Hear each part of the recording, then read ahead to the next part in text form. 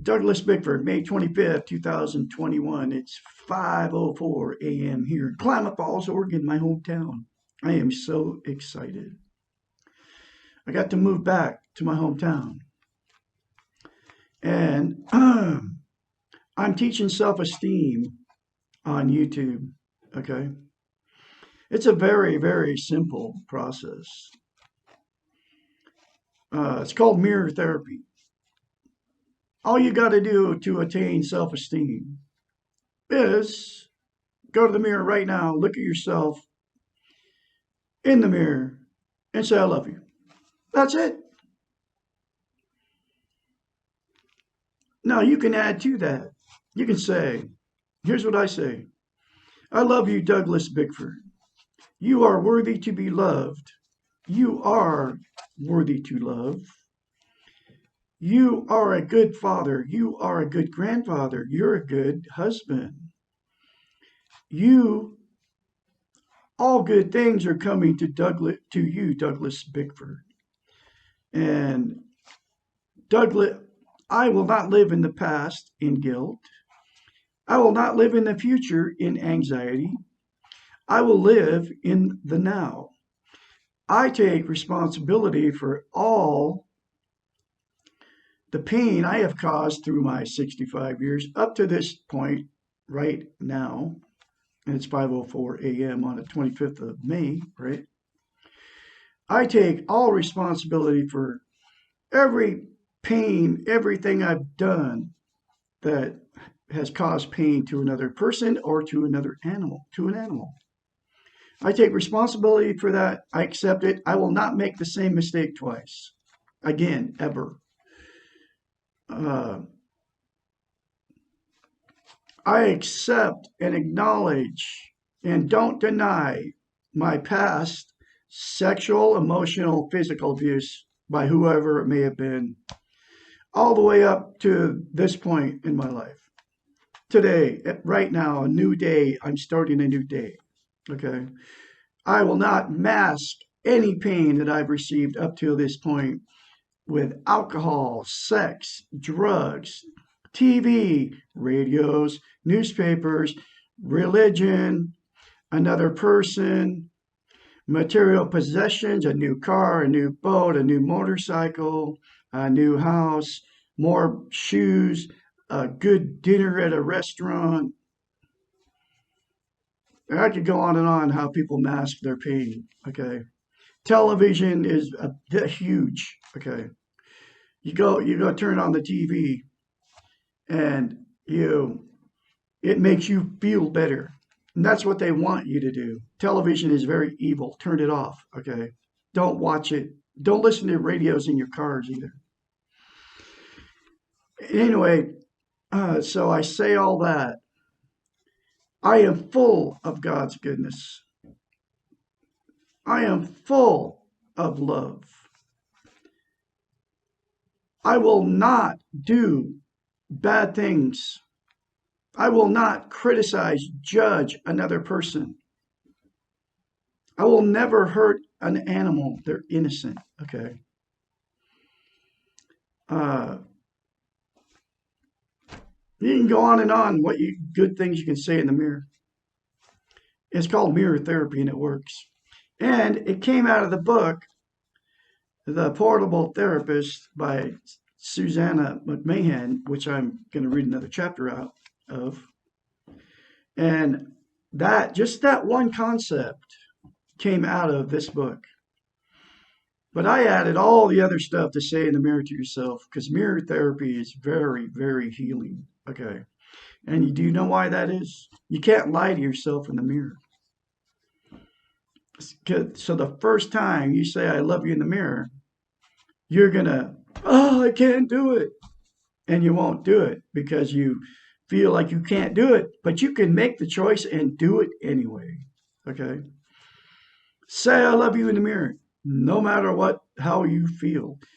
But it's a psychological phenomenon that you can't lie to yourself in the mirror. The very first time I did it, I had to force myself to do it. And the other thing I say in the mirror, if the more good you talk about yourself to yourself in the mirror, it will come to pass. I'm a talented musician. I'm a pianist. I play 3 different kinds of guitars. I read music. Okay, so I'm playing stuff from composers that were dead, have been dead for hundreds of years. And the stuff is just getting better and better. Okay. And that's what happens when you tell yourself in the mirror, you can accomplish anything, right? Because humans, we got a computer brain. Okay. It really is. But the difference between us and machines, we have feelings, machines don't. Okay. And that's the difference. But we have a computer brain. I mean, it's like, that's the way it is.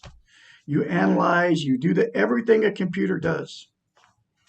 But we're better than machines because we may not be able to think as fast like they do, but we have the feeling to go along with that intelligence. That's why they call it artificial intelligence, folks. It's not real. Okay. Anyway, that's not what this video is about. But you gotta start the process of attaining self-esteem by looking yourself in the mirror. Then get the book, The Portable Therapist. Continue to watch me because I'm going through the book one chapter at a time. And this book, to get this book, is in a link in the description of the video. So get the book. This is chapter 49. It's very cheap, between $6 and $15. And it will change your life, folks. I guarantee it. Okay. Now, this chapter 49, why am I so resentful? Resentment occurs when we're not giving enough to ourselves. It means that we're giving too much of ourselves away to others and that we are feeling empty, lonely, abused, misused, whatever. Resentment is not defined as a true feeling. It is a feeling, probably anger or sadness, that has been rationalized or intellectualized by our computer brain into what we call resentment. In order to deal with resentment, it is easier to get to the source of it, to get to the underlying feelings. Resentment occurs when we give an unclean gift, a gift that has strings attached.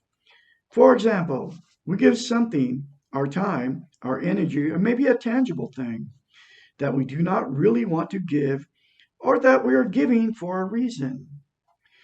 We are giving something in order to get something back, and the purpose of the giving is the getting back. We expect our gift to have rewards. We wait for our expected reward, and when it does not occur, we feel resentful. We are angry that we have given our gift, and we're angry at the receiver of the gift. They have not followed through and lived up to our expectations, and we are resentful.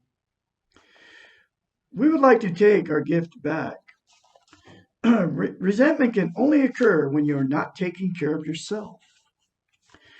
Remember the cookie jar theory.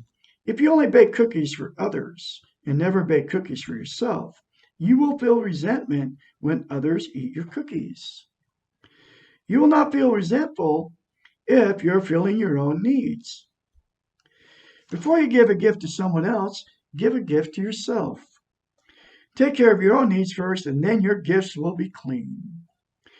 Resentment is probably the second most self-destructive concept after guilt. Resentment can be thought of as a cancer of the spirit. It is almost impossible to love or want to be around a resentful person. It is the opposite of responsible. Resentment means waiting for someone else to know what we need, to act on our needs, and to take care of us. And when others do not do these things, when others cannot do these things for us, resentment occurs to externalize the blame. Think of resentment as the disease of the addict. Everything we are and everything we need has been externalized. We are no longer responsible for the way we feel. Someone else is. We have become martyrs in that we give and give to others, but no one is giving back to us. The addict is waiting for something external to fix him or her. The addict feels justified in being angry at a delayed fix.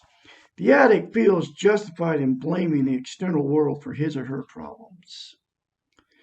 The addict is truly self-centered. When we feel resentment, we act like addicts. We are refusing to take responsibility for our behaviors.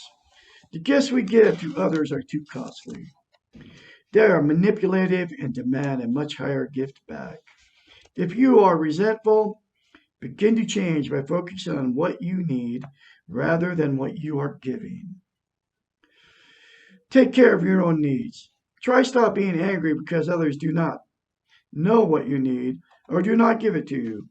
Stop taking care of others. Stop being codependent. Seek help. And you can get help through this book. Get the book and read it, folks. It will save you from yourself of a life of misery. Now you can watch me. I'm going to continue to teach this book because on YouTube. And I don't want anything from you, unlike 100% of the other YouTube channels out there or anywhere you go on the social media. Think of your resentment as a cancer. Many cancers can now be cured. Your resentment can be cured. Who would choose to have cancer when they can be cancer-free? Be prepared to do whatever it takes to get rid of your resentment. Resentful feelings. You will have to try new behaviors and you have to take care of yourself. You would do this if you had cancer. Do it to get rid of resentment. It eats away at your soul and stops you from having self esteem. Who needs it? Powerful stuff. You gotta get the book. You gotta say I love you in the mirror to start your healing process. Because we've been trained, nobody teaches self esteem. They trained it out of us, as a matter of fact. What do you think Facebook's all about? They even named it Facebook. Facebook. And so everybody's all into the egotistical thing of how they look. You go to Facebook and look at it, and you tell me what it is. They created that on purpose, just like they created the TV on purpose to keep us out of the reality of our lives, okay? To keep us from having feelings, okay, and sharing with your loved ones, open and honest communication, nurturing and contacting the human to human contact. You all know what I'm talking about. Everywhere you go, everybody's on their phone. They're looking at Facebook or they're looking at Instagram or they're looking at who's who's who, and all these people are total strangers to them. But everybody gets they get their little ego filled by, ooh, look at me, yeah, and nobody cares. Okay, and then that's how they all get all their happiness. So they go turn the television on and watch Star Wars. Okay, while the reality of life passes us by because you never get time back. So the time you spend in front of the TV, the illusion, is time wasted because you could be doing anything but watching TV. I mean, anything but watching TV. You could be cleaning your house. You could be cleaning your car. You could be going for a walk and enjoying nature and listen to the birds when you go outside. All the little things that you take for granted. Fresh running, hot and cold running water in your bathroom, in your house. People take all that stuff for granted. You go to another country where they don't even have sewer and they don't even have running water in their houses. Okay. And there's a lot of them. Pakistan's one of them. You know, we're spoiled in the United States of America. But anyway, you can all attain self esteem and you can remove yourself from the unreality, the illusion. You quit watching TV. You'll quit. You'll change your world, but you'll never change the world around you. But you'll have a whole different, your life will change because you will realize, you will acknowledge all the important things like loving your little animals and planting flowers around your house and that kind of stuff. Anyway, so Douglas Bickford, I have more later for you. All have a great day out there. From Klamath Falls, Oregon, my hometown.